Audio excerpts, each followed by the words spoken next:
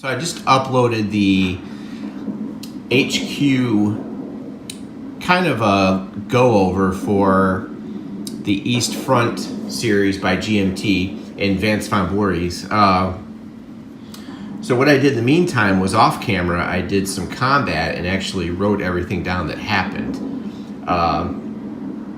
This is scenario 1, and it's not very friendly to the Germans at all. So the cubes I used from a couple of coin games, basically the cubes I used to remind me of which artillery units have allocated themselves to combat this turn, so I don't use them, or during the combat phase, so I don't accidentally use them twice. So the German 612th Artillery Regiment tried to aid in the defense up here. That didn't work out so well. This scenario is really interesting for the Germans because I'm not really sure how they're supposed to win this. Basically, it revolves around your normal victory points in the game that you have, which are used. Rostov is worth victory points. This town here is worth some. I forgot how many, 2, I think. And I just realized they're not even in the town. This town here is worth 2. I'm not even going to try to pronounce those names. Let me see if I can get the light a little bit better here. So, let me get my charts out here and kind of go over some of the things that happened. The game starts in the Soviet turn. The Germans don't even get first crack. Just starts the Soviet turn, game turn 80. It is November 27th, 1941. Question. What's a sign that you're getting old, that you can't see or that you're using one of these? I don't think I want to know the answer. But it does have this cool light on it, so I got that going for me. Okay, so here's what happened. This is a counter-offensive, or an offensive by the Russians to retake Rostov. Basically, I moved into giant stacks here and assaulted some really poor German units here on the roads coming in to Rostov from the east. They built up and unleashed fury on those Germans, and the Germans are pretty weak there, I'll admit. So during the German reaction phase, we had some Germans try to move in and reinforce, and it just didn't really do much good. Basically, the 60th German Motorized Division got completely wiped out. But we'll go over that in a minute. So there were Germans here, there were some here, there were some here. This was an SS unit guarding the eastern half of Rostov. You'll notice they aren't there anymore. And this is a replacement counter from Barbarossa, Crimea. The A here just means that the rocket unit can only use its combat strength in combat, not in a support role like some artillery. You notice the range is 1. So this isn't your typical artillery support unit. Pardon me. So the SS Leibstandarte unit that was in here guarding Rostov wiped out. All 3 parts of the 60th Motorized wiped out. And you can see those casualties here in the cadre box, as opposed to the Russian casualties. Basically, that's a Soviet school unit, I think, like an officer academy or something. And the Russians used their DB-3 bombers. And I believe that each plane in this game represents like 20 to 40 planes. And the Russians just bombed the hell out of this hex. Now, they did take some step losses, but not enough to stem the tide. So the attacks were as, let's see, I think I wrote them down. The DB3s bombed the 160th recon of the Germans. There was some AA fire with no effect up here. And this really isn't a tutorial video, in case this is kind of just catching up. I will show the Soviet standard movement. I'm still going to do a combat tutorial. I just wanted to show you I'm practicing on this little one here. And then we did score this. And then I have a copy of Army Group North. The white whale that eludes me is Army Group Center, which just sold for $205 on eBay. You gotta be kidding me. I won't be getting that one for a while. Okay, so there's no effect. The bombs rained down. There was a -1 DRM. The German artillery tried to support, didn't do any good. The roll was a 0, which goes to -1, but you can't in this game. A 0 is like the best thing you can roll. The recon battalion got wiped out and put in the cadre box, like you saw up there when I moved the camera. And the Russian 6th Armored Brigade and the 68th Cavalry Division moved into this hex and took it. That artillery was done. Now, we did go over HQs in the last video. One thing I should tell you about Russian HQs is they allow, normally Russian Soviets can only allocate 1 artillery for an attack. If there's a bunch of artillery stacked with an HQ, you can unleash 4 artillery with that HQ. That's another thing they do. We'll go over that in combat, though. I'll show you a bunch of different examples. Okay, next, this hex. It was a 4-to-1 odds. The roll was a 9. The 317th Infantry Division lost a step. I believe that's in here. Right there. They lost a step, but the odds were too great. So the German unit here had to retreat. It was already at 1 less step. It was already at its weakest point. When you need to retreat into an enemy zone of control that is empty, you will take a step loss on your way out. If there had been another German unit here, they would have been okay. They were forced to retreat into here and out. They took a step loss, eliminated. So that retreat, I think I put that on my Twitter. That retreat was the 120th Regiment. It retreats through a blank ZOC. It loses a step and is eliminated. The Russians move in and take this hex. So far, so good, right? The Russians throw themselves across the bridge. The attack strength was 9-2. And I think that was here. And it was a 3-step German loss. The 92nd Regiment of the Germans was eliminated. And I believe that was this combat. And we saw a mass across here. And the Russians took this hex. And you can see there's a lot of power here. Let me just check the stacking limits now. I think about it, 6. Uh-oh. 6, 9, 10, 11. He's going to have to stay behind. I almost messed that up. That's why you go over things in video, boys and girls. Can't have more than 10 in a hex. So I'll have to leave him behind. They advance in. Another German unit wiped out. And that pretty much accounted for the entire 60th Motorized. All 3 of their parts wiped out. I believe they just have 3 parts. There is a victory. So we're tracking victory points in this. Right now, the Russians have 2. Due to taking half of Rostov, that was instant. Now, let me get my rule book out. There is a rule for this game. Let's check here. You'll want to get out your VP table. I found this one to be interesting. Each German panzer or motorized division that has all of its component units in the cadre or eliminated boxes at the end of the scenario, -5 for the Germans, aka +5 for the Russians. So we're looking here with no chance of replacements. That's going to happen here. And I flip that over. We're keeping track. It's now Russians. So they might go up to 7. at the end of the game. So they have 5 victory points in reserve, and I don't really think the Germans are...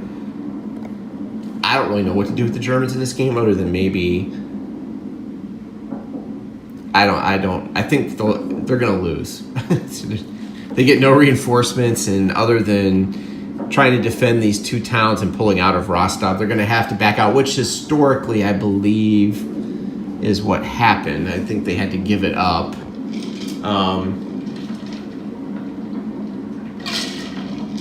In 1941. So this scenario, while it's nice to learn with, not the most fun for the Germans. So I'm thinking about laying out a Crimea. But I thought I'd film the Russian movement. So the next attack we had was the 8th Guard Rocket Artillery and the 347th Division across the bridge with an NKVD unit at a Waffen-SS unit guarding the eastern half of Rostov with support from this artillery unit. And here we have a Soviet HQ operational and just fine. So this attack was launched at half strength. And I guess what I want to know is, did I do this right? This is the part where I had to ask the public. So across this is half strength. Do I count half strength? It says retain fractions. So I do half strength on each unit attacking and add that up. So this was like 1.5. Then 2. So is that 3.5? And then another half? Does that put me at 4? Did I do that properly? Or do you add up the whole stack and half that when a whole stack attacks? If anyone knows, I think I did it right. I think you're supposed to do it per unit, half strength per, each unit attacks at half strength. Did I, if you just let me know if I did that right. So I came out with the artillery support, I came out at 6.5 to 2 with a +1 DRM. It was 3 to 1 odds. I think I did that right. The roll was a 3. The Waffen-SS got eliminated, and the Soviet Academy unit, they took a step loss and they got wiped. And the Russians advanced into Rostov and gained the two victory points. It was a catastrophic losses. The entire 60th Motorized Division for the Wehrmacht was eliminated. That's a possible -5 at the end of the game, and 2 points for entering Rostov. The 2 points is due to, if you look here, let's see if I can get this on here. Game turn 75 plus, Rostov is worth 2 for each hex. Or 40-29 is worth 2. And it's game turn 80. So that's why you award that.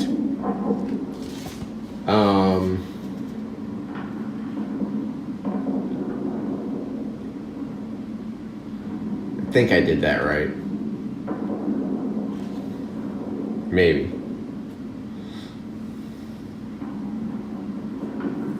Although I'm not sure what that last column is. Let's see, Rostov, hex. VPs, 2 each hex. Oh, I think I may have done that wrong. Actually, I think it's supposed to be 5. I think we're looking at game turn. Captured by, let's see, 10.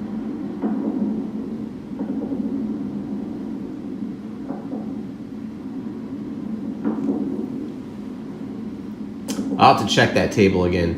Any VP hex captured when a higher VP level is in effect must remain friendly to the Axis player until the end of the scenario.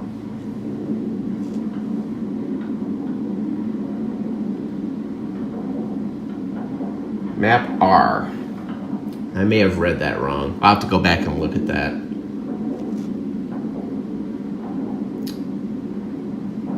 Because I went by VPs 2 each hex. And then it says captured by and gives you... I didn't see that last column that said 5 each. I'll have to go and look that back. I may have done the victory points wrong on that. That's a weird table. If anyone can explain that table to me.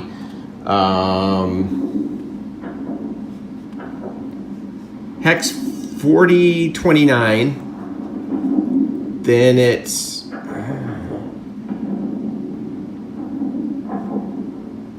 2 each hex, game turn 75 plus. What's this down here? So what is it?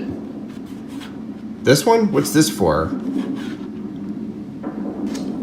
Is it 5 each? What's the all scenarios VPs? Yeah, I might be reading that wrong. All right, so anyway, so that resulted in a half of the town being taken. I don't think it's possible for the Germans to really hold Rostov. I think they're going to have to move out, but that is not their concern right now, because after all that happens,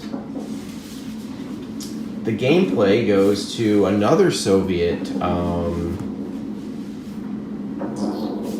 phase, and I think it's the regular movement phase. Let me get I found a nice turn summary here on Board Game Geek. And it might be actually on the GMT side also. East Front Series Expanded Sequence of Play. So we just did Soviet combat phase. And we're on the Soviet movement phase. Execute ground unit movement. Now, allowed to move is, let's see here. All, except for units with activated markers or trains. Motorized units, 1/2 MA.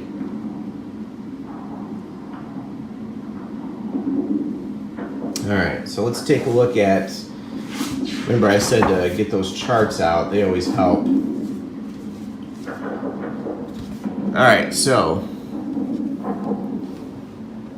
Soviet movement phase, HQs move full, motorized goes half, cavalry full, non-motorized full. Now, remember during the motorized phase, your HQ can let non-motorized units move. We're not doing that right now though, we're on this. So you go to Soviet movement and you see what can move. So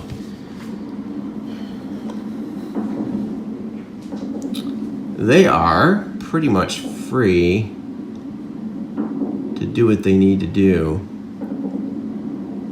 Let's see what we want here. So I think with half movement, it's Frost. So he's only got half.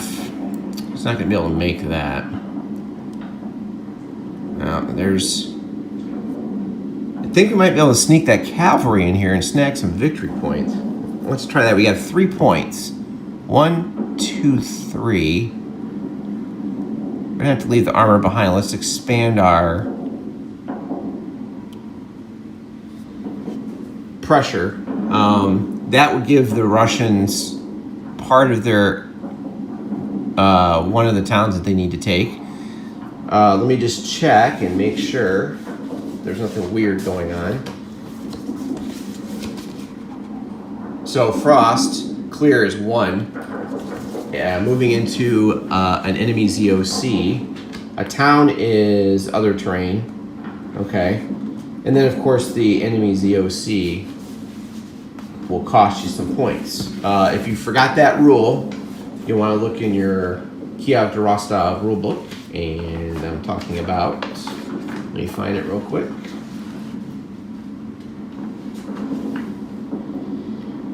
Oh man, it's been a long Labor Day. I haven't really done anything. I still have to go over replacements in this game. I find that to be the most confusing part of the game. The replacements are just kind of weird. So during the movement phase, all right. Of course, you have to stop. Units entering an enemy ZOC stop moving immediately. You cannot move directly from one hex of the ZOC to another. So they're going to stop there. And 10.64 states, units entering an enemy ZOC must pay 1 additional movement point. Okay. So, question here, do we round? to discover that. So I determined that I could not do this because it would be, or no, that would be fine. 1, 2, or there's another type of movement we can do. So he's got 2.5. You retain fractions. You can also do a thing called 1 hex movement, where you can always move at least 1 hex. I could just put him in there, but it's 1 for the clear and then 1 for the ZOC. So that's 2. He's good to go in there. Or you could use 1 hex movement. There are some rules to 1 hex movement. It's only made into adjacent hex whose hex side and hex terrain is not prohibited to the moving unit. So you have to have been able to move in there. That's common sense. And you cannot have moved before that because it takes up all your movement. Unless you have infiltration, you can't go from an enemy ZOC to an adjacent hex also in an enemy ZOC. But now, since the yellow movement on here means infiltrate, now there's a rule for Soviet cavalry. You think, oh, he'll just infiltrate, but you have to look carefully at the rules. There is a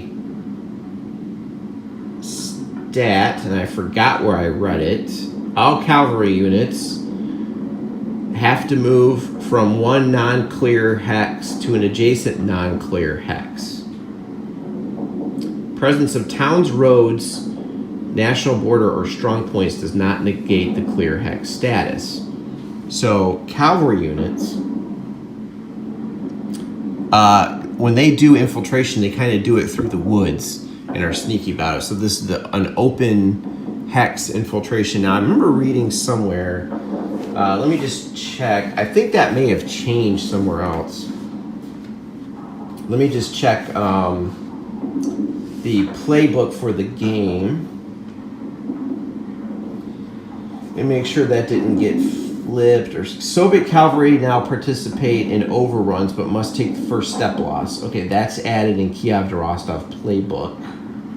Most cavalry units now qualify for infiltration movement. Okay, so that didn't change. Oh, in an enemy ZOC to a non-clear hex in a ZOC. Okay. So I don't think that changed any. So that, nothing great there.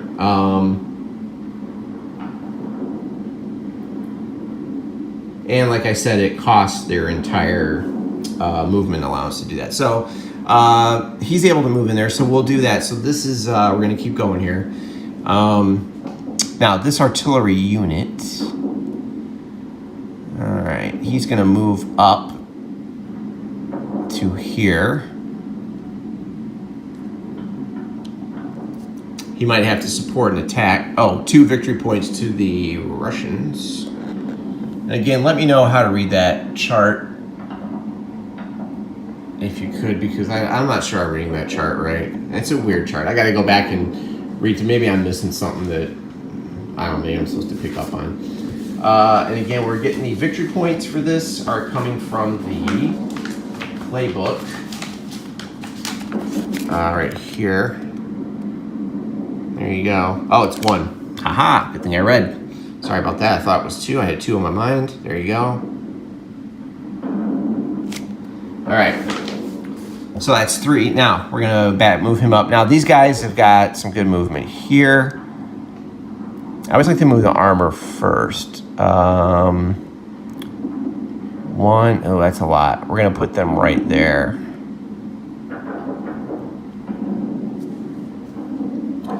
They're not really going to have enough movement to get where I need them to get, are they? 1, 2, 3. No. All right. 1, 2, 3. And we'll pull them down. Let's check stacking. We've got 3, 4, 7. I'm going to try to take that German stack out. We won't be able to do it this turn, but we'll worry about that later. All right, we've established that bridgehead. Let's get some help in there. We really want to get into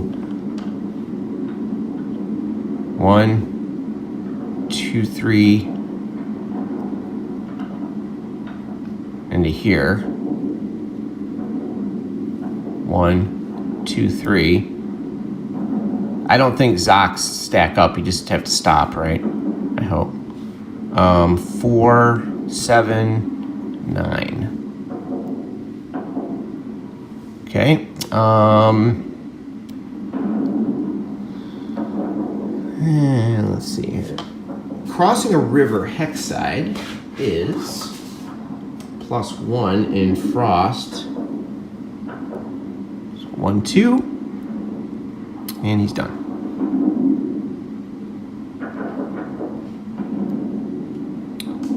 Oh no, he's not. Let's see, 1, 2, and 3. I keep forgetting they're at full movement. Okay, let's see what else here. Make sure I didn't miss anything. Cavalry's full. HQ's full. Motorized half. All right, they're good where they are. How about these guys? Artillery has a range of 2. We just want to check 1, 2. We can still bombard that part of Rostov. We don't want to move it up any closer. All right, let's get over here. Let's see what we're looking at. The 13th Panzer is still complete and whole. They are really the Germans' only hope right now of pulling out some sort of miracle. The 13th Panzer is complete, though. And, of course, we still have this Waffen-SS unit. They're definitely going to have to pull out. We're going to try to prevent that. Of course, these guys are in big trouble. But they could stall for time. Okay, so what have we got here? What is that? A marsh? It's got the little grass things in it. Let's see here.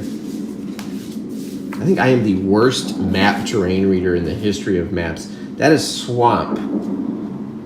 According to this, if it's got little pieces of grass in it, it's swamp. All right. So swamp and frost. Oof. Non-motorized is 2. Yeesh. All right, swamp is nasty. So we'll go 1, 2, 3. Again, I don't think it's just 1, right? These don't, it doesn't stack, it doesn't add up. So 1, 2, 3, we've got, let's see. That's 5. 1, 2, 3, that's 8. Oh, I forgot about this guy. I didn't even see him. Well, that's good. He'll be ready to support.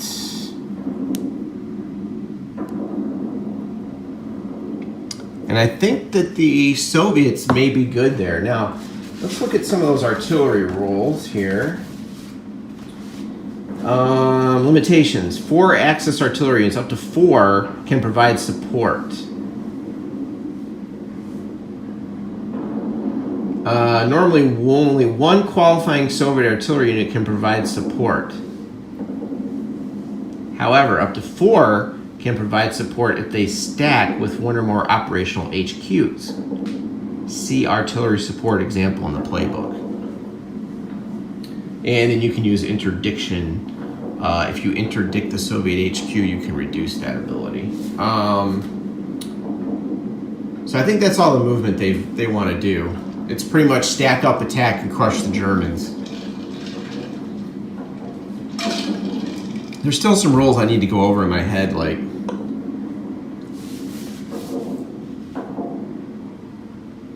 replacements, moving supply, how you spend your replacement points to rebuild things.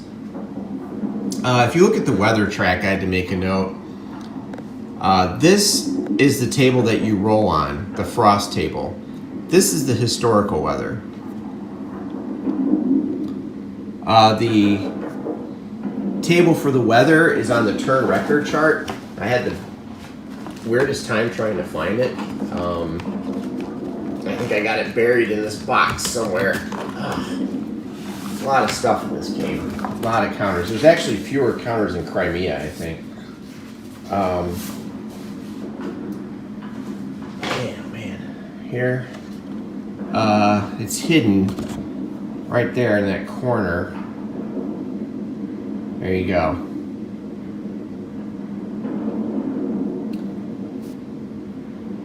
That's the record track for the whole game, though. And there's different events. And it explains some things. We're at M. Begin scenario 1. Which is this. All right, so I think I did that right. There's still some things I want to go over. I want to check the artillery example. When they say up to 1, that's per combat, right? They don't mean for the whole combat phase. They just say per combat, I think. Now, I'm always doubting myself after I read the rules, but we'll see. And then after this comes the Soviet engineering phase. There's really no Soviet engineering. We go right to there's no surrender. Yes, all the Soviets surrender. Then we go to the game turn interphase. That's where you remove all your activated markers. We didn't really activate anyone with an HQ this turn. And you convert the VPs and optional air system, which is an Army Group South rulebook. And you move the game turn marker. So we're going to get this moved over, and we're supposed to do air readiness and a weather die roll. So we will be rolling to see if this plane comes back. The DRMs, we got to check the weather. And that's about it. So that is the end of that turn. We move on to November 29th, 1941. So I just wanted to show you guys what happened, and I'll be doing more detailed combat stuff. But for now, that's just a little video of how poorly this is going. I rolled really well with the Soviets. I think it's just going to be a slaughter. So, all right, thanks for watching, and Labor Day was almost over, so much for the vacation. Football season starts, yay, and other than that, I'm going to keep plugging along and keep going on the Eastern Front series because I'm highly addicted to it. It's a great series. The rules are pretty cool once you get used to all the little things, which I'm still doing. So, all right, thanks for watching, and we'll keep going.